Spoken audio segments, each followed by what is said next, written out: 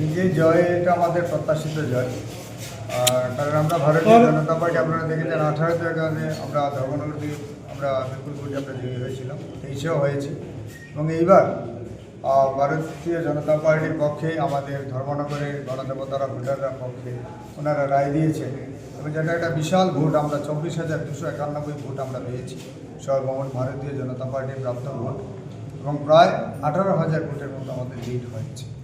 হ্যাঁ, কাজেই আমি প্রথমে আপনাদের মাধ্যমে ধর্মনগরের গণদেবতা ভোটারদের আমি নমস্কার, অভিনন্দন এবং প্রণাম জ্ঞাপন করছি।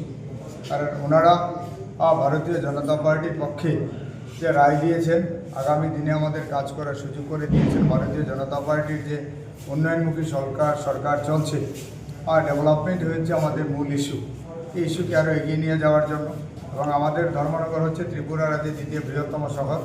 এই শহরকে আরও উন্নত করার জন্য আমরা কাজ করব। আমাদের রাজ্য সরকার, আমাদের কেন্দ্রীয় সরকার সবাই এই ব্যাপারে সংকল্পবদ্ধ। আমরা সবাই মিলে ধর্মনগরকে উন্নত ধর্মনগরে রূপান্তরিত করতে চাই।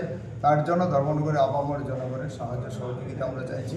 এবং আপনারা প্রেস মিডিয়ার বন্ধুরা যারা রয়েছেন, আপনাদের কাছেও বিনম্রভাবে প্রার্থনা করছি আগামী দিনে যাতে আমরা ধর্মনগরকে উন্নত ধর্মনগরে রূপান্তরিত করতে পারি, তার জন্য আপনাদের সহযোগিতা চাইছি।